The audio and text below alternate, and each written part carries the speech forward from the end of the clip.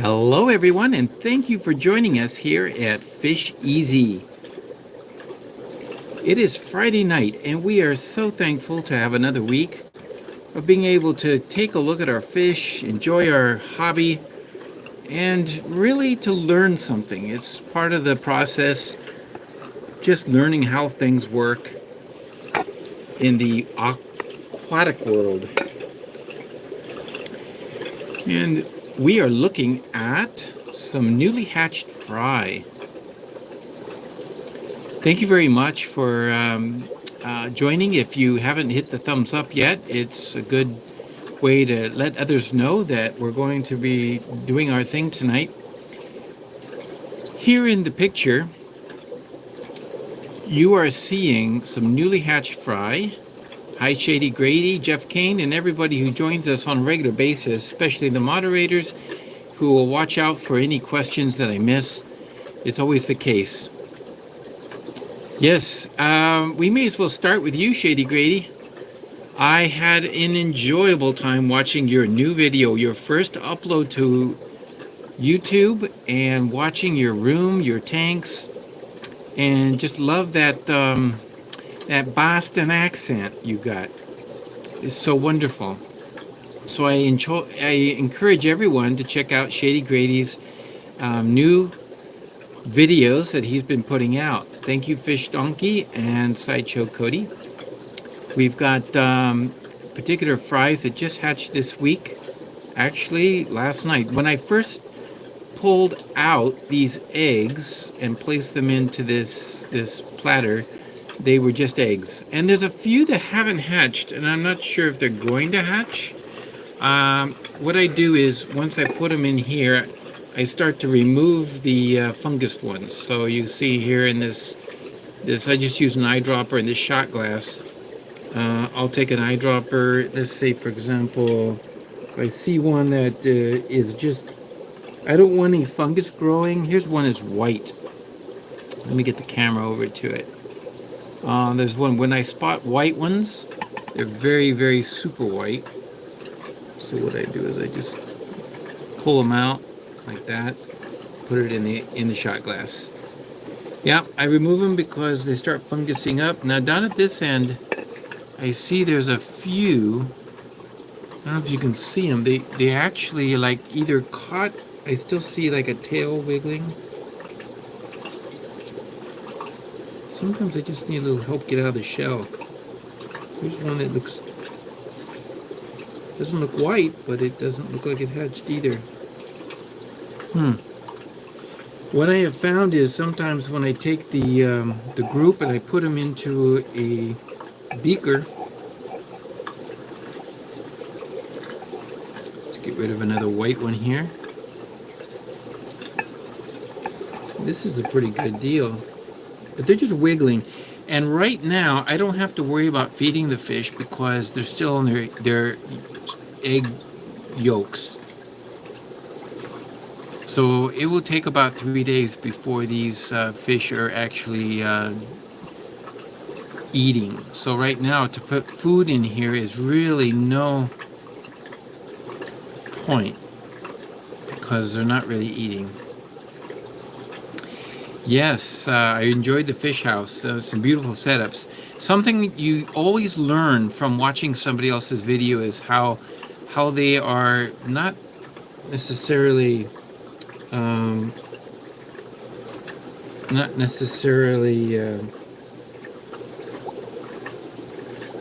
there's another one. Get that one out. Okay. So what I've learned is that when I look at other people's videos and things, I soon learn exactly what other people are really good at. And I noticed right away, without a moment's hesitation, that Shady Grady has a planted tank green thumb. I tell you, his tanks are just gorgeous, beautiful. The plants are just marvelous, and the fish, of course, just love him. He's got so much good balance. He spent a lot of time. So thank you so much, Michael. And I want to encourage you to keep it up, keep doing what you're doing because other people can benefit. Yes, these particular fry, if you haven't already guessed, came right out of this trap, which tells me the lucipennis. You see him just darting around over here. Let me turn off the flashlight. I use a flashlight like this to get the light onto the fry. Because if I turn it a certain way, you don't see anything, do you?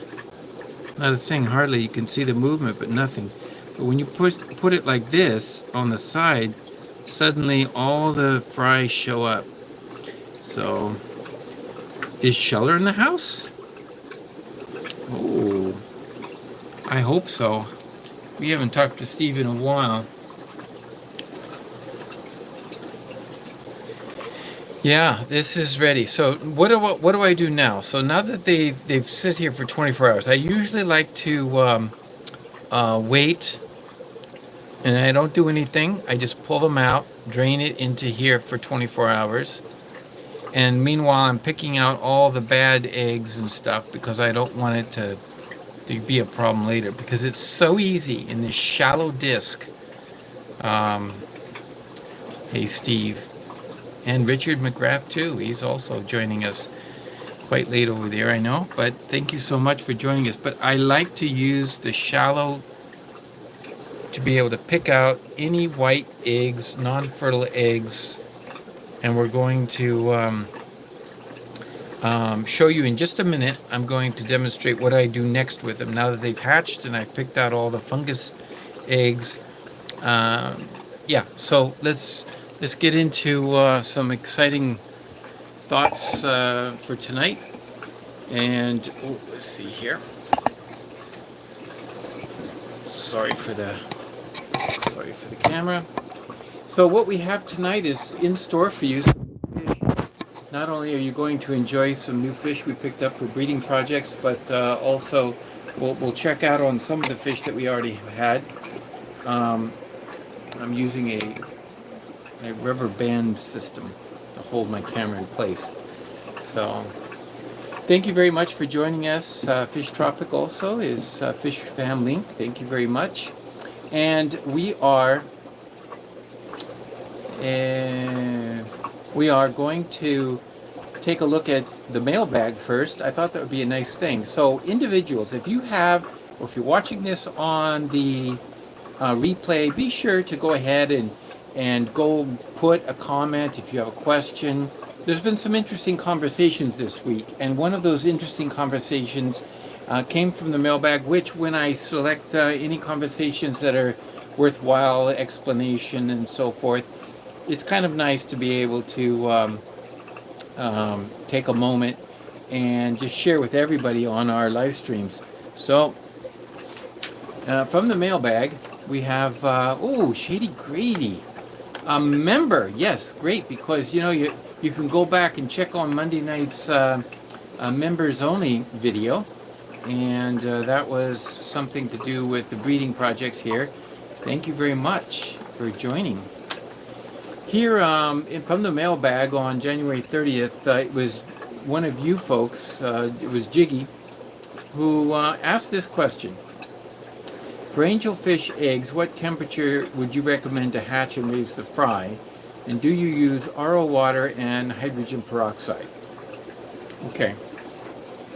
Well, that's a pretty loaded question because in actuality, the process can be very simple and the process can be a little more complicated. It depends on how you want to make it.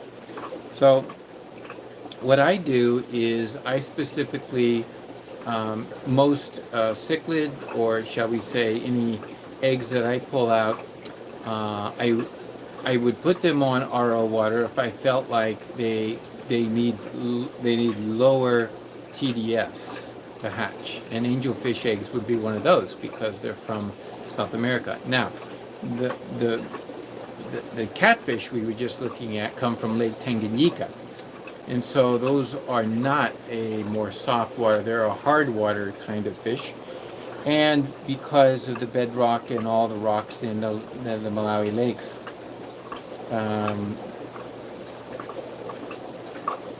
I would say in that case, of course, no RO whatsoever. But in the angelfish, yeah, I put them in RO water, but just until they hatch. And then once they hatch, I just change it over to regular tap water and let them grow that way. Uh, the whole process of putting them in RO water is only for the egg shells. And so we're trying to prevent the egg shells from absorbing too much calcium. And if so, they become calcified and they won't allow the fry to get out. They won't allow any hatching. Now, just to give you an idea, I have this week picked up a batch of angelfish eggs, and we're going to take a look at these fish, or these eggs. And there they are. They came in, and so in this case, I had an issue with the eggs themselves. Many of them were white, very white. So they started fungusing up right away. They were already fungused when I got them. So I put methylene blue to try to curb the fungus from spreading. Now, what I could do is I'm going to, let me see, get my flashlight. The same flashlight we had in my hand is where? Let me see. Let me set this down. We need that flashlight. Okay, I hate it when I set something down in a fish room, because then once you set something down, you'll never see it again. Where is my flashlight? Well, I have another flashlight right here. Here's one. It's not the one I had in my hand a minute ago. You guys can testify to my mental illness. One minute I have it in my flashlight in my hand, the next thing I can't find it. Okay. So I'm using this flashlight. Let's see if we can get some light on here. These eggs, I put some heavy circulation going from the top to the bottom, kind of in the back so they don't disturb the eggs so much. But I've noticed there's a couple hatches right in there. You see the wiggler? Zipping back and forth right there where the bright spot is. Let me see. I'm going to put I love to put the light at a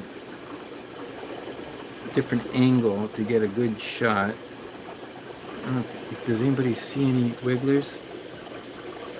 There's one. The light.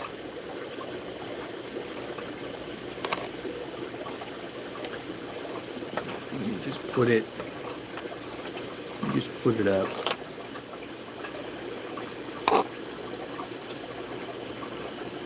Here we go. Most of the eggs were white, and as you can see, there's one wiggler right there. My focus is not that good. Let me see if I get the camera. Doesn't look like the camera will let me change this. Here we go. It's the best shot I can get of it. I'm only counting like maybe a dozen eggs hatching out of this group. Really sad because you can see there's so many eggs. Most of them not being good. Now, there's several causes of this situation. And the biggest cause is, of course, not low enough pH when they were laid. And the first 24 hours. So it's best to have angelfish eggs at something less than 7 pH. Anything a little less. But people have been very successful at times with just tap water, higher pH. It does work. It just depends on a lot of factors. But in this case, we didn't get. Now, when I got them, I put them in RO water. I put some hydrogen peroxide, a few drops. And then I saw the issue with the fungus and decided that I would go ahead and use the light amount of methylene blue. So once these have hatched, I will try to blow them off of the tile, and then I will start changing the water out and get rid of all the methylene blue. I didn't check the bottom to see if there's anything that fell down. Sometimes the wigglers are down at the bottom. I don't see any. No. So this will be a very extremely low hatch. It's almost hardly worth it. But if there's even a few, it's not a problem. We'll go ahead and grow them up. So to answer the question, what Jiggy was asking is, do I use... He's asking, do I use RO water? Yes, but only during the hatching process. After that, there's no need for it. On the other hand, he was having difficulties with the fry never getting to the point of being free swimming. I don't know the answer to why he was having difficulties, because I don't have those issues. When they're wriggling about, it takes about 3 days, maybe a little longer depending on temperature. And then once they become free swimming, they're free swimming, and they're up and at them. So I've never had a case where the whole batch just died as wrigglers. Because if they were hatching, if they were able to hatch, and they became wrigglers, that's 90% of the issue. That's 90% of the problem. You got to get to that point.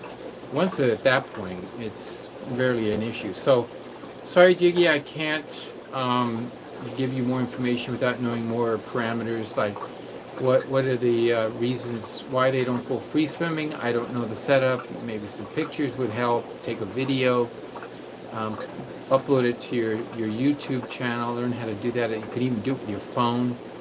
You have a YouTube account, so it's easy to do it. Any free account, you can actually upload some video, and if it's a short video, less than 15 minutes, they allow you. So it's not a problem for a free account without any subscribers whatsoever to start uploading. So, and the other question was the hydrogen peroxide. Sometimes I use just hydrogen peroxide, that is in that size container you were just looking at. We're talking about a gallon of water, so in a gallon of water I would put like 3% hydrogen peroxide, 7 to 10 drops in the morning and the evening, both days, both points of time. And so that's all you need to do. But if you don't want to skip one, because it does leave the water, so your hydrogen peroxide with the bubbles dissipates rapidly. So it doesn't have the same effect. So basically you have no protection. Whereas the methylene blue, the advantage of that system is that it does go into your tanks, it does soak into the shells of the egg and prevent any attacks by fungus. And that's what I've seen is once the shells have the methylene blue, they don't usually get fungus. Doesn't mean they'll hatch necessarily. They still have to be fertile. Don't forget, they still have to be fertile. But that is the thing. It is the difference between the two. Hydrogen peroxide, methylene blue will stay, and it's also very much. It's easy to stain also. So you got to be very careful with methylene blue. You got to have some experience with it. But I don't think it's something that you can't learn. If you're new to hatching fish, and try it. So I hope that answers your question and the dialogue that we had. If somebody else has a question, be sure to always issue it down below in the comment section so I can reply to it, and it could be part of the mailbag. Comment sections here in the comments, it doesn't really I may see a question, but I'm going to answer it right now. For example, how long is the keeping of them in the methylene blue? Well, that's a very good question, because I have stated before that, just a few minutes ago, that once they hatch, I start to change the water out and I start draining it. But I've also seen the fungus spread to the wrigglers. But hopefully in the beginning, if there's enough methylene blue in there for a period of time, the wrigglers will be safe. And so once they hatch and leave the blue shell or outer shell that's been tinted blue, they come out okay. The fry themselves don't look blue. They don't get stained blue, whereas the other shells do, the egg shell. But then again, a lot of people have had concerns about it. I think it's mostly just concern because people know that when you put a chemical or something that's an antifungal material, it's not natural, and so they're concerned that this has an effect on their fish. Am I right? Yeah, good to see you too, Steve. It really means a lot to see you again. Hope everything's been okay, and we will connect one of these days. I'm really hoping that will be the case. We have a lot to discuss. So the answer to that question is I have not been too crazy about what happens once they hatch and they go to the bottom, but I start to dilute the water. I don't try to get all the blue out, but once they become free swimming, it's over with. So I like to put them in a breeder box, take them out of that container that they've just been in, you know, like this little tall skinny vase that they're in. I like to get them into a box, and once I do that with a baster, I'm going to just take them out before they're free swimming. They're just wigglers at the bottom, right? It's so easy to do, is to put them into a breeder box and get them all ready, because when they lift off the bottom, they start swimming. That's when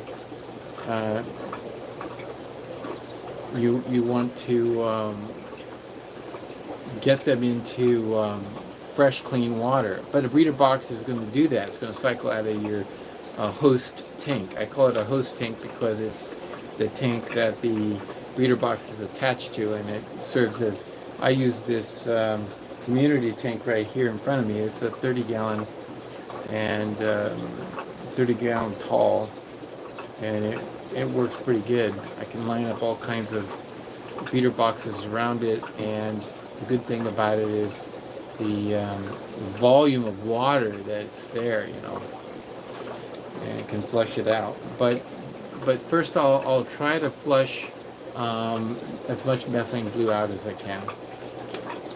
So I hope that answers your question. I did notice someone asked about a tumbler, but I think that's in reference to when you egg tumble. Let's see.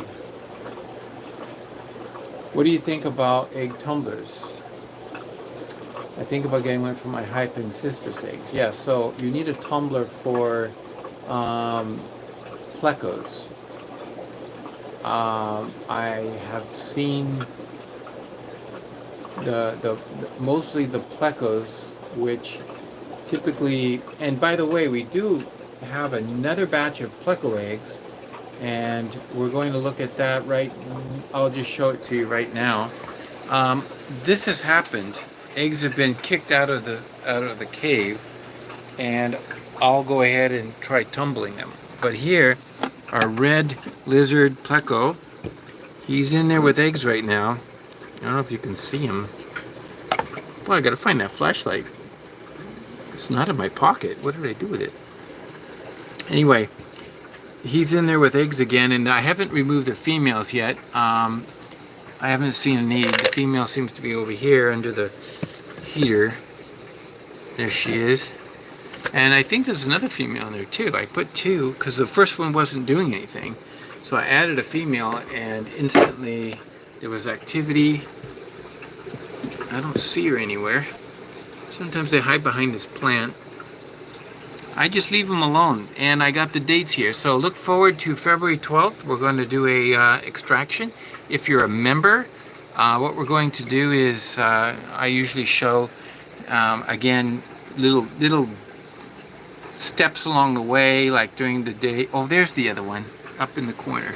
She's behind. She loves the flow. In fact, these red lizards love nice water flow, so no wonder she's up by the bubbles.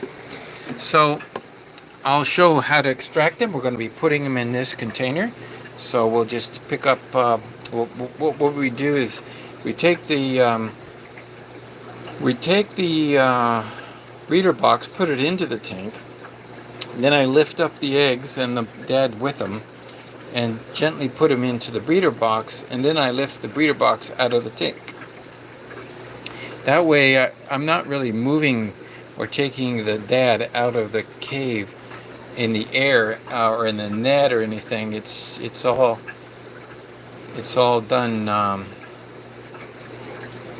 It's all done with water displacement. So that's the good thing. Anyway, be that as it may, we have some eggs there, and we did see a baby with the ancestress over here. This I'm expecting to really start producing lots of babies. We've got Carworks. Welcome. Yeah, thank you so much for the thoughts. Thumbs up are good. These are super reds. They are short finned. We also have a colony of long fin, and those are not at this location, but they're at the grow-out center. And I want to see if I can produce some short fins. So as you can see, I got quite a few in here. And I saw a baby last week. I did post about it. However, don't know if there's even more. If I can find my flashlight. What did I do with it? Huh. That is the craziest thing. I had it in my hand. I just don't see it. Okay. Anyway, I was going to check these caves, but no flashlight. It's kind of hard to check. But this guy and others, I see there's several males that are obviously. There is some nice growth on our swords. And those swords, females, males are obvious now. I've got 2 males and 3 females. But no babies yet. They look pregnant. But these came from Jerry. Hi Jerry, I know you always watch, even though you don't post on the live streams. I think I always hit that. Jeff. Oh man, you're really making me look at it. Hi Benjamin.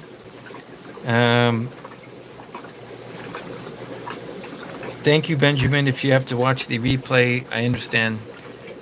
But what a guy. What a nice guy to come in and just to hit the thumbs up so he can do it before the replay. Here in these caves, I don't know if there's many going on. But there is a lot of fish in here, actually. I fed them some rapashi earlier. And I threw it in there, and I never even saw him eat it. It's gone. It was gone so quick. Are there any babies in there? That one's no. So that's the plan here, is really to get the ancestors going. The swords are basically, actually, they're nothing more than, shall we say, dither fish. But I can start putting some, I have some floating plants. We can start really stocking this tank up with plants that we have. Now let's see. Are we ready to reveal the new items? I don't know, but I'm sitting here and I'm getting a good view. How would you like to look at some new fish that we acquired this week? They're in quarantine, but they're looking so good. You ready for this? Let's see if they are scared of the camera. Oop, they are very scared of the camera. Oh, doggone. How could they be so scared of the camera? Why is the fish? Oh, look at that. Look at that action. Wow. Anybody? There's a lot of things going on here.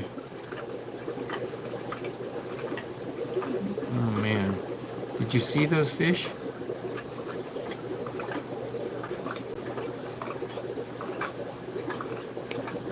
Oh, wow. Let's see. There's one in the back. There we go. Anybody want to tell us what that is? Kudos to those who know what this fish is. It's a fish that used to be very popular when I was a kid, but you hardly see anymore. Look at that.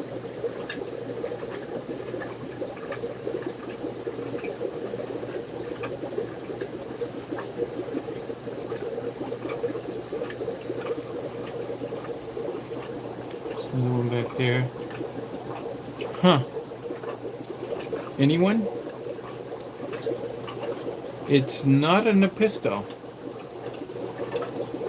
Yes, I know you're thinking of pistos because we are going to concentrate on some, but these are not apistos. Okay. I think they're a beautiful fish.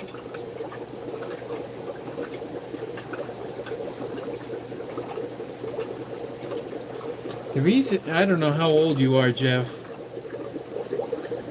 You got to think back years ago. No, Jules. Oh, no, please. Jules cichlid? Yeah, I think it's a cichlid. Most cichlids I know have a kind of a real fat lippy because the cichlids have a certain kind of jaw. Cacatoides? No. No, that's a pistogramma. No, that's not that either. But as you can see, they're already, there's 4 of them. We got 2 pair. I'm going to be treating them with the blue flakes like we talked about last week in the quarantine live stream. If you missed that live stream, it's really worth watching. I think it was one of the most popular ones. Everybody really loved it. These are small fish. They don't get big. Small cichlid. Look at that. And you're looking into what I consider is blue light. I don't know, my lighting is not good for photography. I've noticed that. It always gives a blue cast, and this camera, when it's doing live casting, will not change. But if I take pictures, let me see. It is possible that if I take pictures, I can change the settings to get the right look. Yes. Nobody's come up with the answer. This is a surprise. You know, we have so many people. I mean, seriously, so many people who are experts in fish, and this is an old fish. This has been in the aquarium hobby for my lifetime, I know. Yes, dwarf acara, you're on to something. You are really a McMasteri triple red. No, McMasteri is an apistogramma. This is a dwarf cichlid, but a dwarf acara is very close.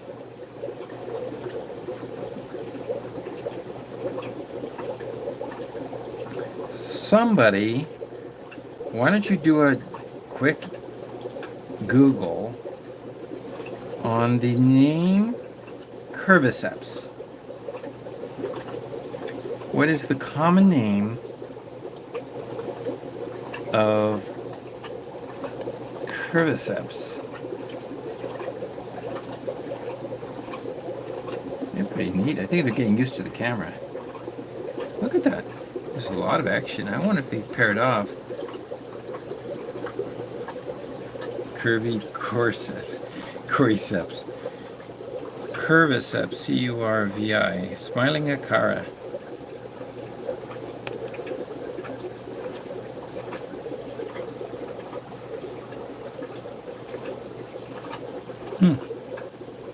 No pistogramma, no.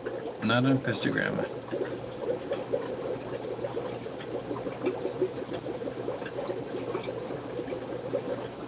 But look at the colors. These came in, and it was just one of those things where if you don't... There you go. Robert did it again. He was so on it. I think he knew all along. Flag cichlids. Yeah, American flag cichlids, you know? Yeah, look at that. And these females have their eggs sticking out. We're gonna go ahead and I'm gonna go ahead and do something here. I'm gonna give them another cave. I don't know what I haven't done the research to find out more, but you have to grab them while you can get the fish, you know? That is always the issue. Because if you go back to the local fish store when there's just one tank of something that's come in, this little guy, these little guys are, look at the colors. I wish I could take out that blue light from the lighting and make it more real, because when I look at it with my eyeball, I don't see the blue lighting. They look a lot more colorful. So what we need to do is, I don't know if I can do this with the camera, but I need to get this. I'm going to see what I can do. I'm going to just go ahead and give like another cave. This is like a, I don't know, a cave. Histogramma. You can use this. I tried using these with the other, with our red-shouldered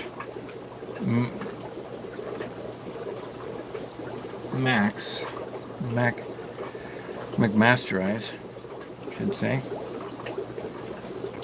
Yeah, this will look nice. Where can I put it? I have a pistol cave over there. I have rocks. I have a pot. You know, for now, I'm just going to put it right here. Just put it right here in the front. That wasn't exactly what I wanted. Just to set it like that. It's not quite right. It's not designed right. Whoops, sorry. I'm getting a stick because I don't want to stick my hand down there. Get my watch wet. Let's see. Let's just put it over here. This thing's designed with a flat bottom. Come on, there we go. Turn it over. I like to usually put the cave with the hole away from the front. Gives it a lot more. Set that down. Let that settle. I got a piece of wood in there. I also got a lot of moss for making the fish feel at home, comfortable. You know, they may be breeding very soon. So I'm really hoping so. While I'm here, just take a quick look at update on the rosy barbs. Longfin rosies. Oh, I forgot to clean that glass. That's obvious. Oh well. Longfin rosies, a fun fish and gorgeous when the males get really red and the fins get long. And I'm conditioning them up. This tank had some issues with being cloudy, so I put an HOB temporarily and gave him some really good flow. There's the flow going, and that is something that I thought, oh, at first that would be too much flow, but look at them. They're so happy, and the flow doesn't bother them at all. They can definitely swim against it. I mean, sometimes longfin fish, I feel sorry for them because they can't swim very well. But not these. These guys swim great. The females, of course, are the ones without any neon red. These are neon red rosies.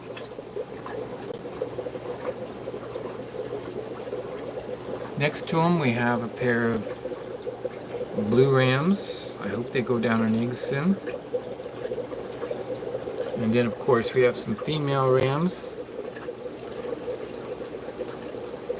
They're doing very well. I think they're due to come out of quarantine. Another pair of blue rams. We will be having blue rams very soon.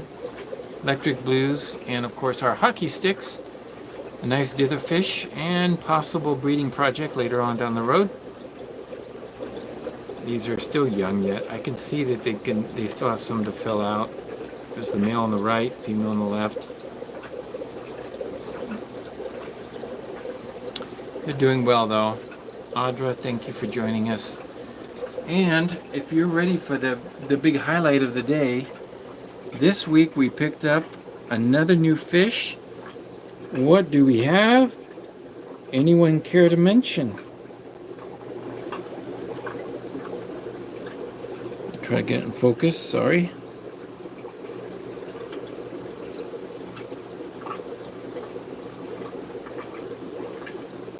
These are gorgeous. These were apparently from the Czech Republic, which they do a good job with some fish. Yes, they are pistos for sure. Jeff is spot on, but anybody care to... Yeah, I gotta back up to get the focal point right. There we go. They're young, and the females are not yellowed yet. But yes, the females will be yellow, kind of look like a different species. Black. Motor City Aquatics has just rolled in. Hello everyone, and thank you. Inca 550. No, good guess though. I would, that's not a bad guess at all. I'm not an apistogramma expert, but we had some choices. We could have got the McMasteri, but I didn't want McMasteri because we have the McMasteri gold form. I'll give you a hint. Look at the tail. Look at the outline of the tail.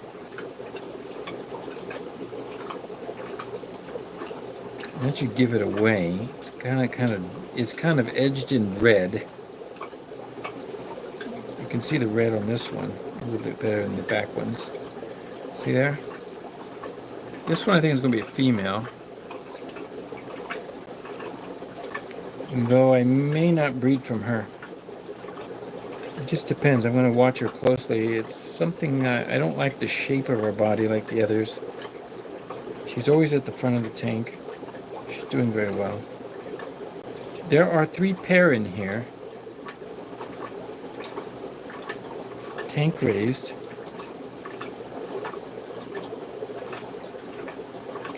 Yeah, that's why I said. Now, Inca 50, is there another name for him that I'm not familiar with?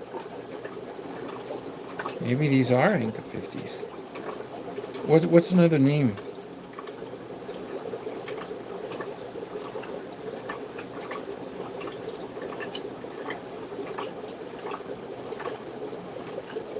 Hi Sandy, thank you for joining us. Look at that gorgeous new fish. It is what we've got is new breeding projects coming up. These have got to get out of quarantine. I got to deworm them. I've got to do all that business. I fed them grindle worms last night, and they were so happy. They're still fat from last night. There's nothing like feeding live worms to your fish in order to get them to eat. Look at that, and the yellow tinges on the pectoral fins, just amazing. Oh yeah, Benshi Inca 50 dwarf cichlid. Nope, they're not 188s. Look at that. Showing off. And mind you, they've only been with me for 3 days. I think we picked these up on Tuesday. Gorgeous fish though. I mean, they haven't even got their true breeding colors. Can't wait to see what it's like. Now, this is interesting. I would like to share this point with you. Is when you bring in apistos, it seems as though the apistogrammas do well in RO water, or shall we say mixed RO or low TDS water initially. So I'm going to keep them with very low TDS And then we're going to start the process of lowering the pH and get some breeding pairs going.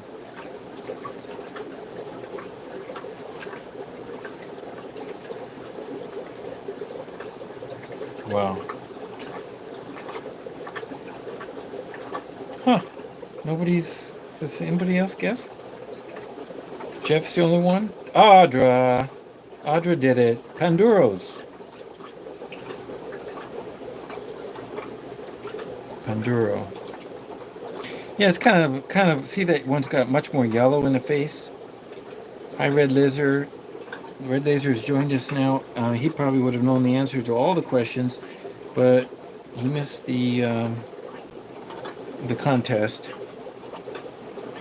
But that is indeed that yellow-headed one is going to be a female. She's going to turn solid yellow with black on the side.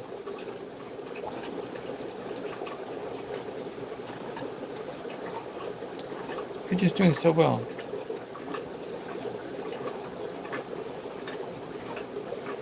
Really? You had some and they were lighter? Like, you mean like faded out? Or do you mean like no black markings? Because these guys definitely have black markings. Anyway, so that's the new fish, and I know that if you watch last week's live stream, you'll really get the drift of what I go through to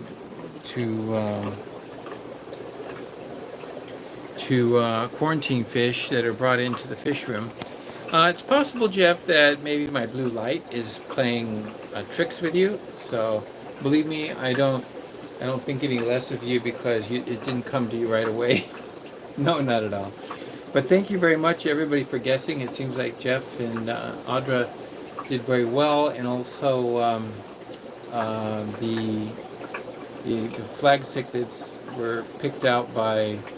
If you missed that, you'll have to go back. You're just joining us now. You don't want to miss those. They came out really good. And Robert Lucas, of course, did awesome with his deal. Yeah, my lighting, you know what? It's I'll just take a moment to tell you about the lighting. The lighting here came from China. I wasn't really into lighting because I wasn't into planted tanks. And so with just breeding fish and raising fish, you don't need specialized lighting. You know, you're just growing fish.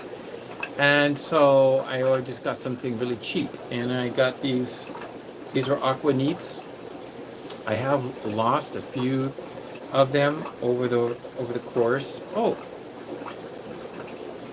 before I talk more about the aquanites, I forgot to show you. I mean, I do have the other epistogramma. I have a female right here.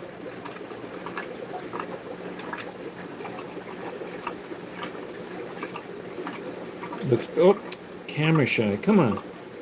Come on, girl. There's a female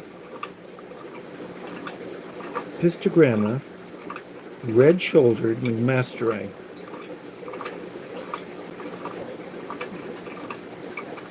A very well-known morph, but wow.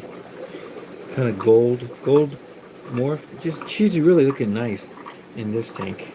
She's all by herself. There's no other cichlids or anything to pester her. So, but I just saw her and I wanted to. It just reminded me that I still have one female here. I have 3 pair over at the other house, and they're doing well. So the lighting was just for the purpose, and of just providing some light. And it uses LEDs, and they take red and blue and white lights, and they kind of mix them to make the white light, right? And there's on the setting of the switch, all I can get is all blue or a mixture. So behind me, you'll notice I have the switch off. These tanks are dark. Now, if you were a member of this channel, you saw on Monday we put together green moss tiger barbs, and so they were put into each one of them. Now I've confirmed there's fry in this tank, number 4, and number 2, this tank. 1 and 3 I still haven't. If I had my flashlight here. Where is that Oh, there it is. It was hiding in plain sight. Unfortunately, my plain sight is not that great. So with the lights off, I could use a flashlight. This one doesn't have any. Let's see if I can spot any. You want to take a look with me? We're going to see if we can catch any tiger barbs. Okay. Here we go. So with the light off, I'm looking. And what I look for is the walls. I look along the walls. And I don't see any. With the bright light,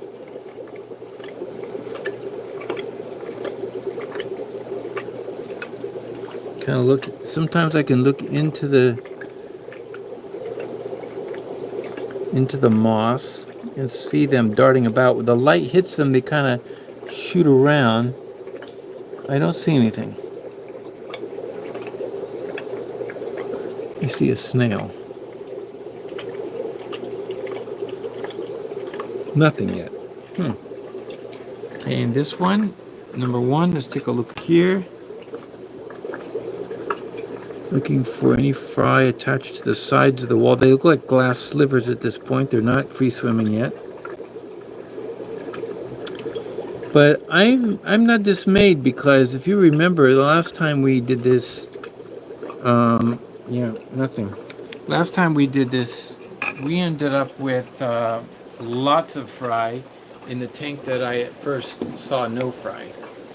So sometimes they're not hanging out, but there may not be as many. Next week you'll probably see free swimming fry. But at any rate, that's why I leave the light off, because they're just small fry. They're not even actually free swimming yet. And there's enough light from the room to give them what they need. But here's what I do. This one light has a all blue, and this is the all blue look. It's used as a night light. So in the fish room, I have just a couple of these blue lights on, and they're on all the time. But then when the lights are on, it goes to the white light. But this is not really true white light. It's like what I'm saying is it makes the tanks look blue.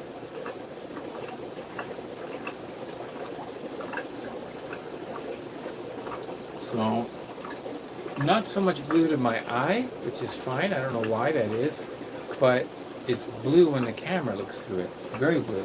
I guess the camera is not as good as the eye, but I guess we all knew that, right? So lighting, I would get some new lighting if I had.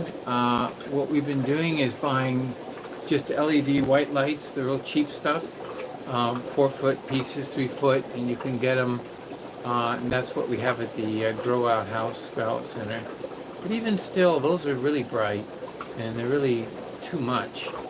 It's nice to be able to turn on brights when you need to, and you need to clean, or you need to really inspect fish.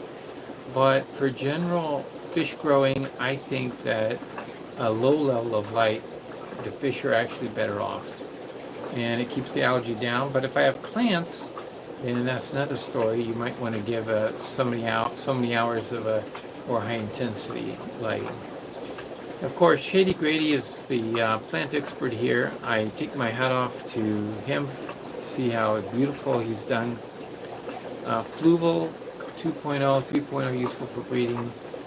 You can set them very low. Okay, I'll have to look into that, but it's always the price that gets you, right? App control. These are all app controlled lights in the sense that I do have a Fluval. I think it's a Fluval. No, the 5-foot lights I have over the 90-gallon. They have their own controller, their own ability to set color spectrums and stuff. They're a lot more advanced. But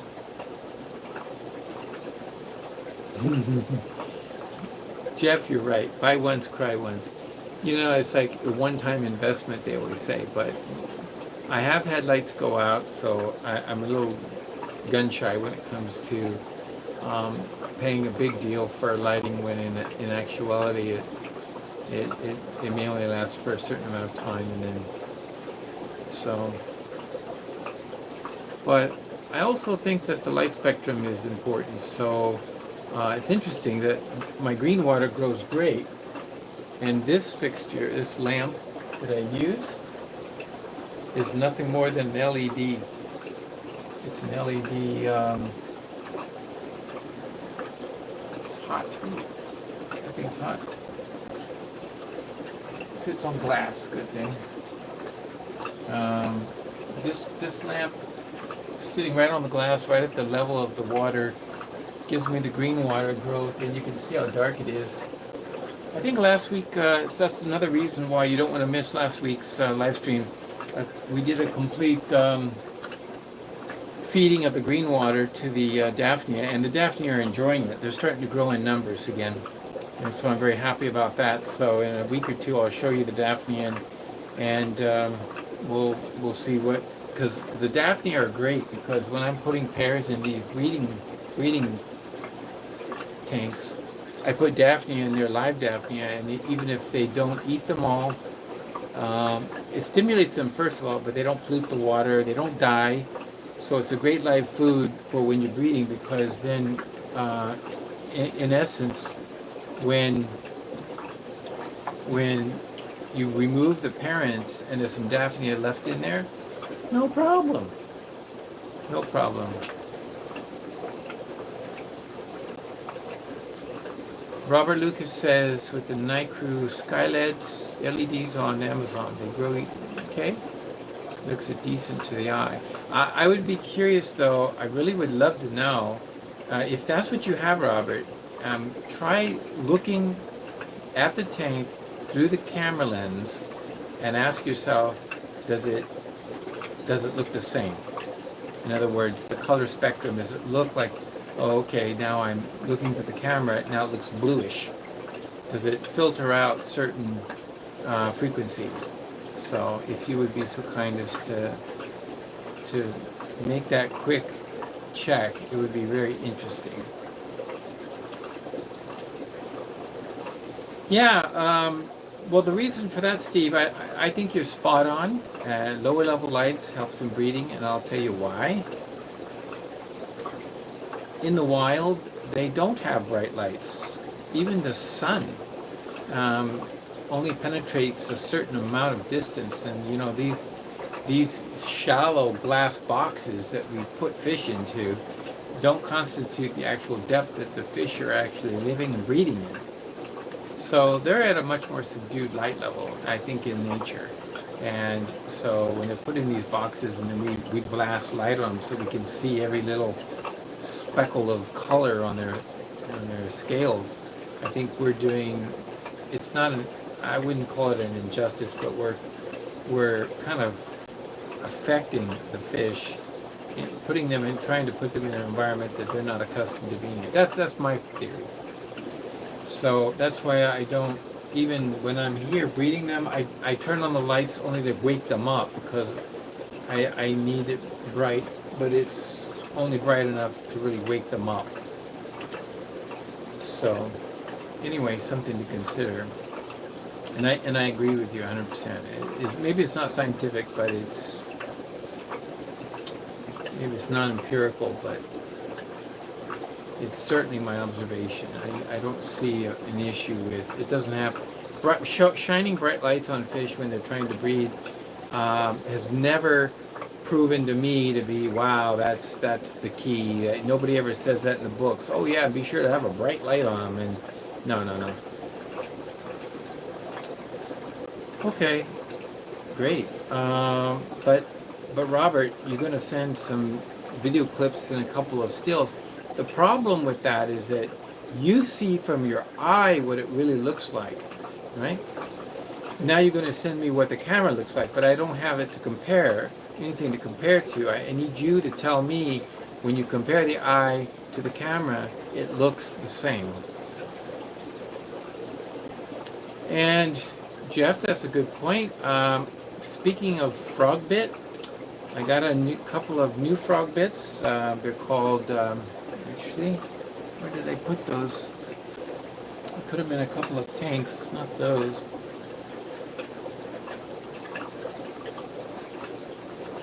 Where did I put them? No, I think I put them over there. These frog bits have red roots. They're red root floaters, they call them. And yeah, I've had lots of coverage. The only coverage I don't like is duckweed. I don't think it's bad for fish. I just think duckweed is, it just gets everywhere. It just makes a mess on your nets and everything. You put your hand in, I take my hand out, and I got duckweed all over my hairs act as filters and just filter all the duckweed out. See that? Yeah, so I can't live with duckweed, so I've always eliminated it slowly. I just keep netting it out. If I see one, net it out.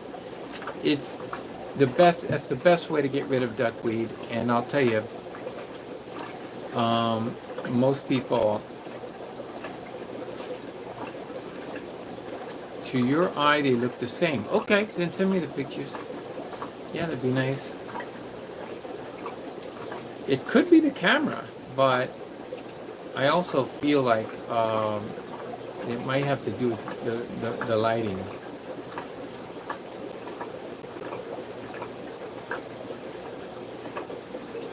But the duckweed, my best way to get it out is to net it out, and then I just have to kick myself. You know what? You have to be hard with yourself. You have to be ruthless with yourself. Because it's so easy to say, oh yeah, that tank's got duckweed, and then you just, like, I gotta clean that out one day. But I just had a policy that if I saw duckweed, it came out right now. Right now. So then I would be completely free of it, and then you have to wait another, you have to wait a few more weeks, and then it will reappear, because I don't know if there's little pieces of it that were hiding away, and it will start to, oh, and as soon as you see it again, it's not like, oh yeah, just 2 pieces, 3 pieces. No, it has to come out right away. That's it. It's the rule. So when I see duckweed, it's like, oh no, that has to come out right away. That's the rule.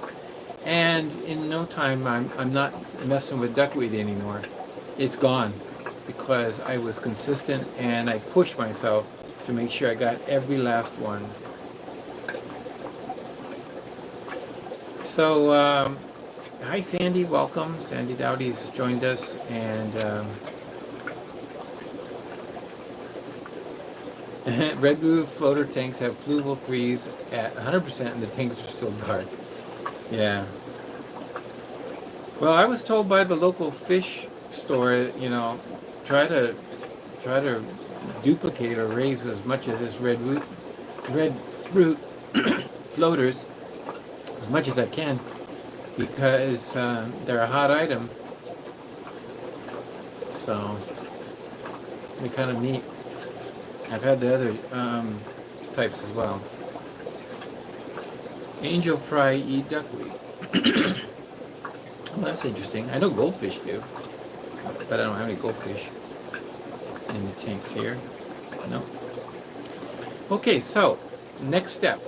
You're in for a treat. We're just going to watch right now. I'm going to take the next step. As we saw in the beginning of this video, the fry that have hatched yesterday, and I'm going to show you and put you through the process of what is the next step. So I'm going to move the camera to where you'll be looking at me over there.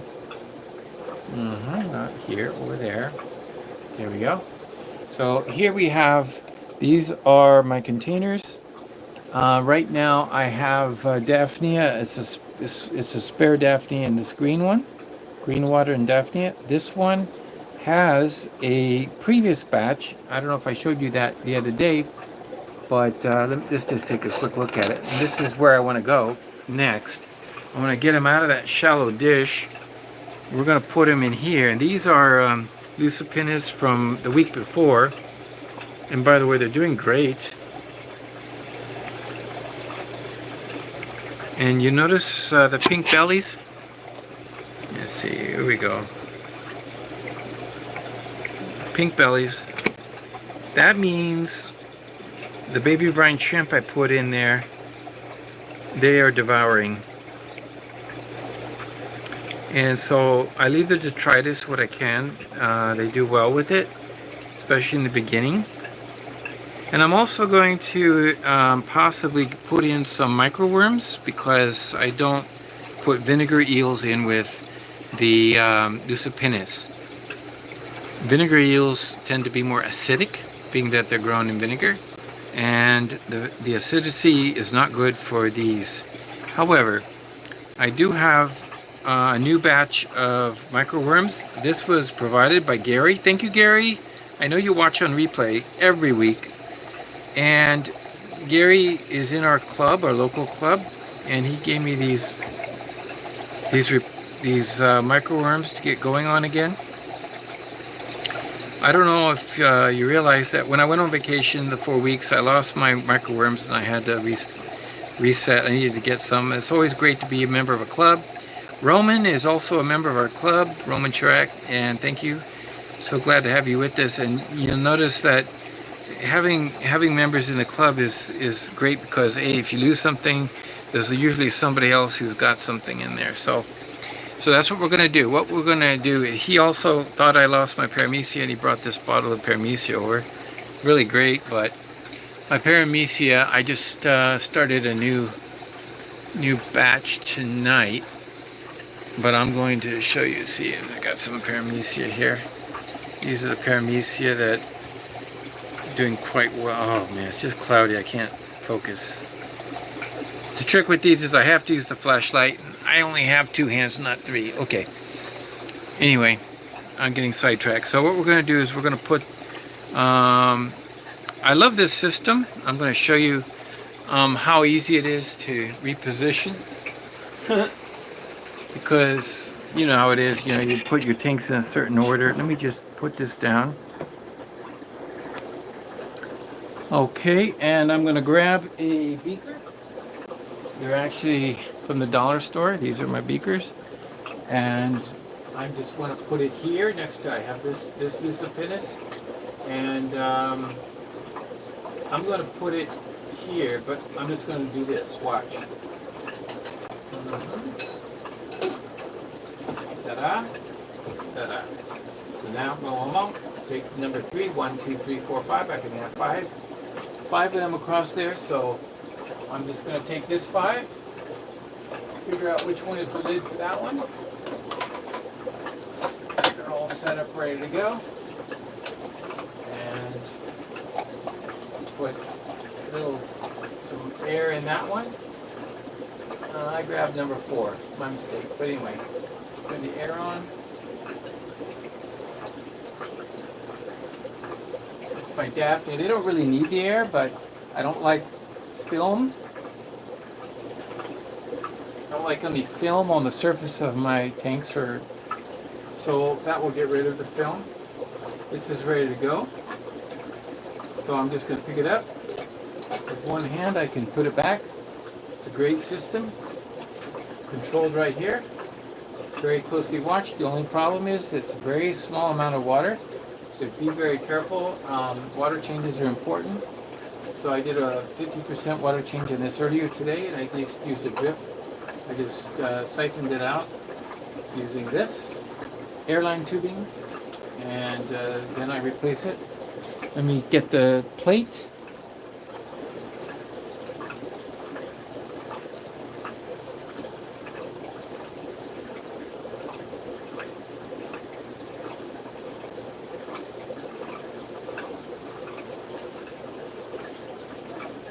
I would say in this Lucipinis batch, there could be, I'm looking at it, at least 50, maybe 75. So that's not a bad batch. Now, how do I get them in? Well, the trick is I can pour them in, but when I pour, some of them might be out of water, so I'm going to pour some of it and swish the water around. Try to get the fish all the way in. Put a little bit of water back. Swish it around.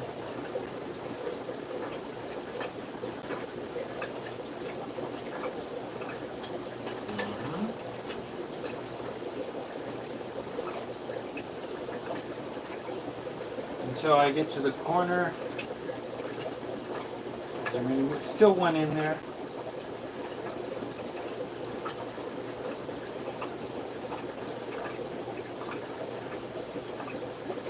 Okay, got that one.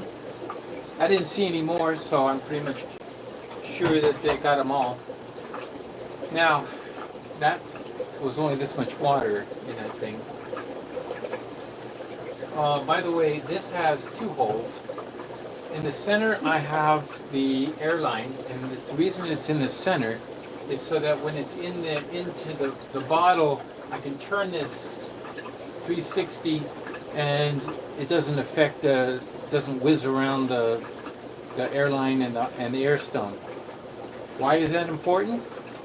Well, believe me, you don't want that. You can help it, because the other hole right here is a little bigger hole. It's kind of a nice looking hole, and I'm going to put it in here in the front.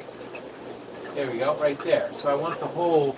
That's my feeder hole, my draining hole. It's everything. So this sits here. This is a splash guard, by the way. It really keeps the air from splattering all over, and so these are splash guards. They work perfect. They're lids to these containers that we use, that we got. So I call them tubbies, and that's the lid that comes off this. These are 2-liter size tubbies. Works great. By the way, Kirkland doesn't have their nuts in tubbies anymore. They've now gone to sacks, trying to reduce the amount of plastic they use. The world's doing that, looking for ways. Even these bottles used to be thicker, and suddenly one day I noticed they're thin, and they're using less plastic, just cutting back on the amount of plastic. So I want to fill up the water, but with Lucipinnis I don't want to get too much water. Actually, what I have found is, if there's eggs that haven't hatched, I have found that a quick water change actually pops them out. I've taken eggs, like I just did, put eggs in the bottom of one of these, and I look at it, there's all eggs, I add water, poof, all of them hatch at once, and suddenly I have all these fried, and that's just the way it is. So I'm going to take water. Now I could drip it down, but I don't want to over drip it, so sometimes I'm very careful about how I drip it. I'll use something like this. This is a bottle, and I have a mark here, so I will just do this. This is going to go in here. There we go. Boom, boom. So this is my, it just sits here all the time, and I'm going to pour in here, up to the mark. There's my mark. And I'm going to just stop, and we'll see it's draining. We'll see how much more we got to go. It should almost go out. There will still be some water at the bottom because the level will equalize. But it's slowly putting them in. We'll take a look at these babies now that they're in the jar. Lucipinnis do very well in these jars. I don't know why, but they do very well. I rarely lose a batch because the water gets bad. For some reason, the catfish are very tolerant of the water conditions. As long as you partial change and not overdo it or underdo it, you'll be okay. But having them in a small container like this is a 1 liter. 1 liter, yeah. 1 liter vase is actually a great thing because here we go.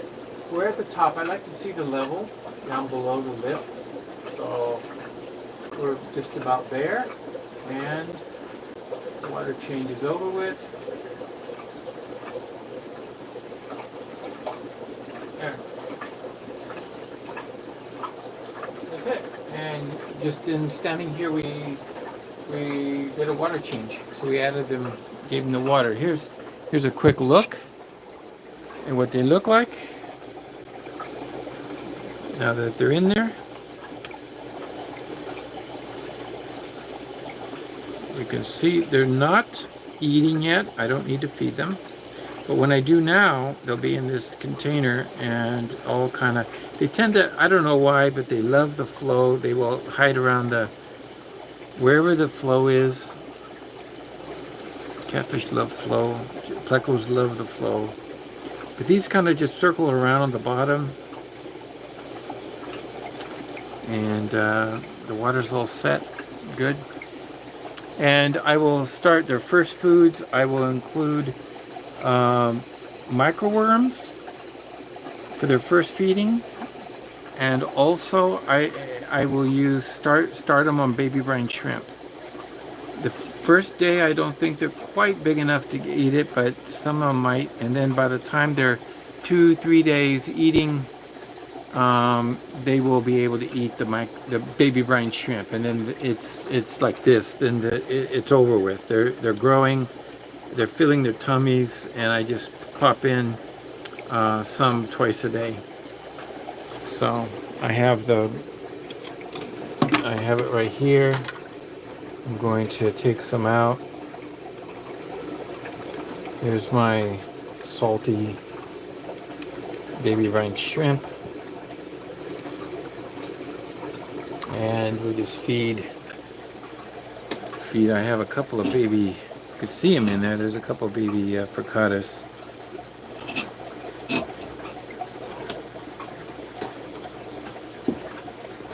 Yeah, there we go.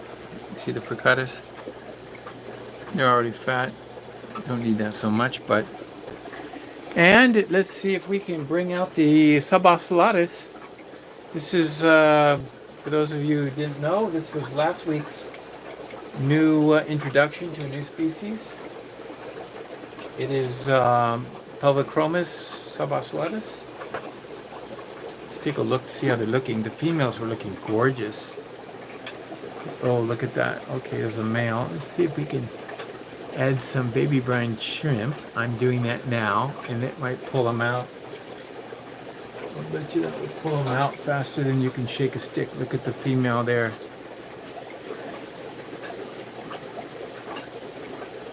There is baby brine shrimp in there now. Here they go. They start realizing, oh, here we go.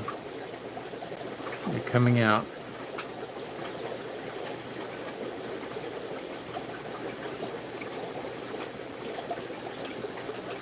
Now this one that just is underneath the filter, that's the one that's really looking, she's starting to get that dark with the pink and blue midsection.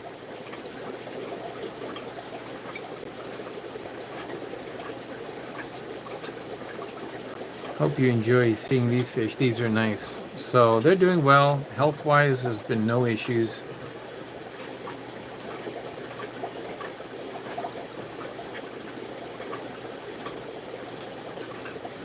Yeah. Once for each jar.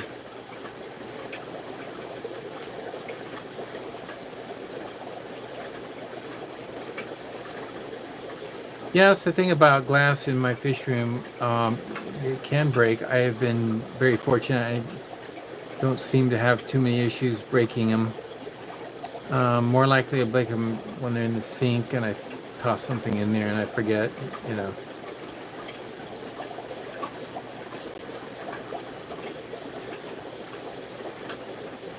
Yeah.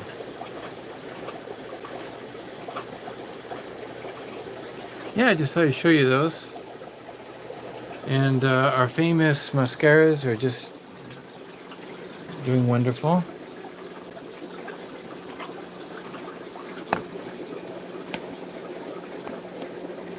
They are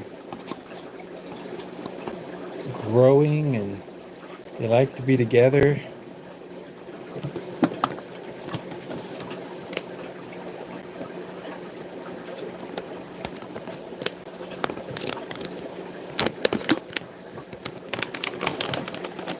going to take a piece of food here just to enjoy what these fish are all about. I know. Ready, guys?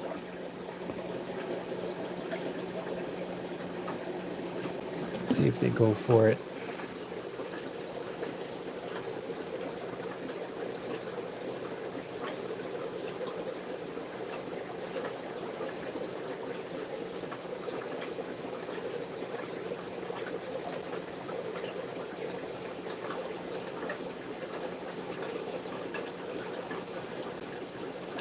I got kissed once. Come on. Hurry on up. There we go. Once they get the nerve, they figure it out. Said, we're having worms tonight. Oh boy. Take a look at the little colors in them too. I don't know if you can see it in the screen, but they're always on the move. A couple of them literally look nice.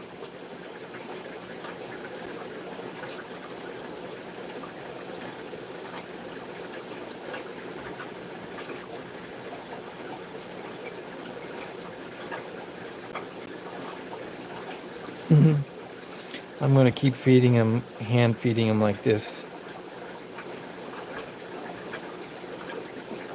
I want them to become very friendly.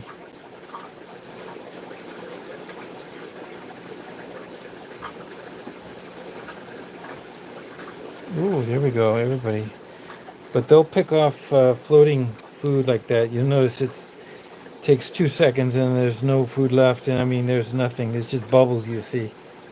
They zip around 1,600 hungry mouths. They don't let a single floater get by. And with barbs, it's important. I have some spirulina flakes here. With barbs, they're more prone to bloat.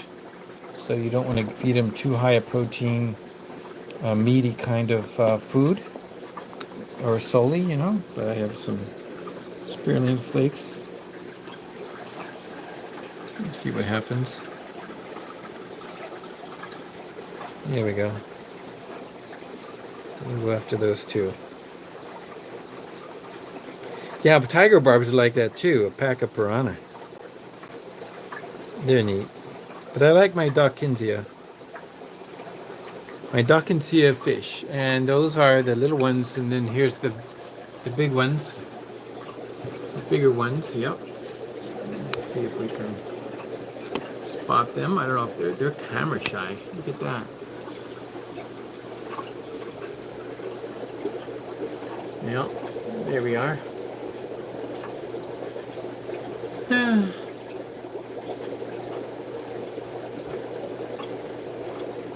Nope, real colors yet. I did reduce this particular light has a it's a Vitagrow controller. It has various settings. It allows me to reduce. What I did was I reduced the overall down to it has night modes and things. You know, it's like there's oh, I'm sorry, I scared him. Ooh, change of light. You don't want to scare duck and sea fish because they will jump, hurt themselves. That wasn't a smart thing to do. I was just demonstrating the light, but didn't think about the fish, you know. Yeah, they'll calm down. This is an acrylic tank. I think it's nicer. I liked acrylic tanks better, but of course I like them for their functionality. They're lighter weight, and also I think they're easier on when a fish smacks into the wall. Heavy glass is like pretty solid and hurts them. Yeah. Green filters. I'm not familiar with that. Is that like filter out the green or add the green. I'm not sure what you mean, green filter. Usually it means it filters out the green, right? Yeah, I can't see any males in this group. I am hoping and hoping and hoping for a male, but nowhere have I seen any activity that might, any coloration or changing or redness of the fins more than the females. I put power head in, and that's good. There's also a over the back filter. It's a aqua clear 70, and they got plenty of flow, but unfortunately they're happy. Just like these fish also have a power head. They like the flow. You can get as strong as you want, and you'll never see them flinch. They just love the strong, powerful flows. But honestly, I don't know if I got any males up there. We shall see. Okay. Let's see, is there anything else? I did want to mention sort of a, we were talking, we were showing, I was demonstrating how to use the overflow. This is my red, or shall we see? Oh, I don't have a light on, so it's just in glare. But this is my black worm culture. We've got black worm culture, and we're going to try to, you can see them there? Try to grow some. I need to put some, I'm going to put some sand in the bottom, or some light gravel. I've got this here. And I'm going to use this. I've had this for years. It's a natural.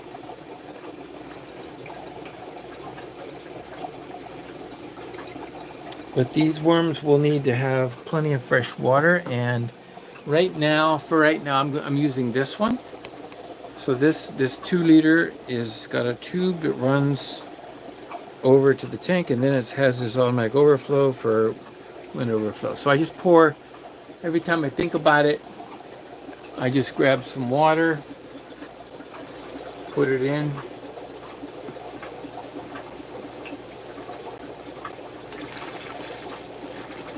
and walk away. So I'm constantly giving water changes to the worms. It will flow and start, the tube is in there, and it just starts changing the water. In a second or two, you'll start to see water flowing out of the overflow. Just takes a moment. Just gotta raise the water level just slightly. Oh, by the way, this plant was a sensitive plant, did very well here, and I had a light for it, but sadly, when I went away for a month, the people who were feeding the fish forgot to water the plant, and so it died. So I think, yeah, there's water flowing now. You can't see it because it's, yeah, but there is water. There we go. Maybe you can see a little bit. I twisted. You see the water flow coming out of there? See that? It's overflowing. So I never overfill it. The worms get fresh water constantly, and I feed them wafers. Some wafer food. I toss one in there every day. And hopefully I'm going to get some more black worms than just what I have. So that's craziness going on in the fish room on a Friday night, as you know. It's makes life simple. That's why I like FishEZ, because I want to make things easy. And in essence, when I can do water changes by just walking along, pouring some water into a hanging 2 liter bottle and walk away, to me that is easy. So always look for things that will help make your life easier. And Sandy's getting excited. She's got some black rams and she wants to know, will BBS work, or do I need to get something for me to start? Well, Sandy, maybe with German blue rams, you might be able to get away with some baby brine shrimp. I like to give them some of the vinegar eels on the first day or two. The German blues, that is. With the black rams, they're much smaller. They're very small. So that's an issue. What do you do when the black rams are so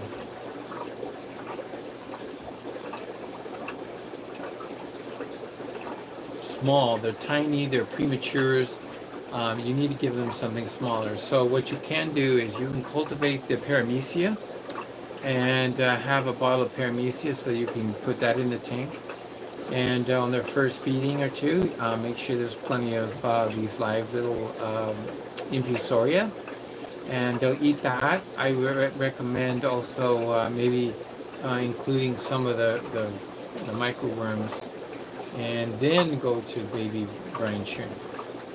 So it's interesting because I just sent out, I'm now sending out paramecia again for anybody who is interested. 2 orders went out today, and another order is slated for Monday. And what they are is a kit. Next time maybe I'll just show you the kit, what you get. And it includes all the things you need to grow paramecia. It's a one-time purchase because you can just keep cultivating it over and over like I do. And I have quite a few bottles, as you know. Those bottles, though, I'm cultivating it for Malik, Aqua Malik, and so I bring them over there regularly, and then he can use them, and then I just keep restarting the cultures here in FishEZ Nursery. So hope you enjoyed the program, and I didn't get a chance. If you've hit the thumbs up, I really appreciate it. Thank you so much. Looks like most of you have. However, because you stayed to the end, I want to give this big thank you. And the way I'm going to do this thank you is I'm going to show you one last purchase that we made that I haven't showed you yet. There's no need to try to guess what it is. It's obvious. But let me see if will other fish eat them? You're talking about the paramecia. Well, they're so small. Actually, even fry stop eating them after they get a little bigger. So it's only used for very small fry. You need it when they're very small, and then after that, once they're on baby brine shrimp, you never go back to it. And you don't want too much in your tank. It could cause a bloom. Wow! Thank you so much. Fish Fam Link has actually given us stats. Okay, let's go here. Let's see if I can add as moderator. Okay, great. Now you're a mod. I haven't done that in a long time, haven't needed to, but it's great to have you with us and giving us stats. That's great.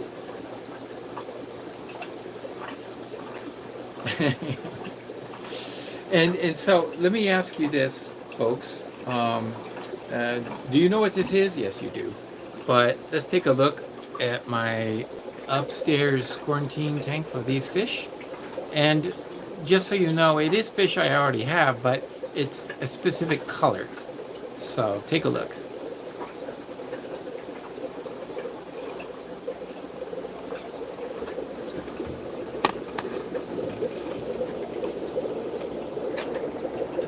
Okay, I have a blue light on here.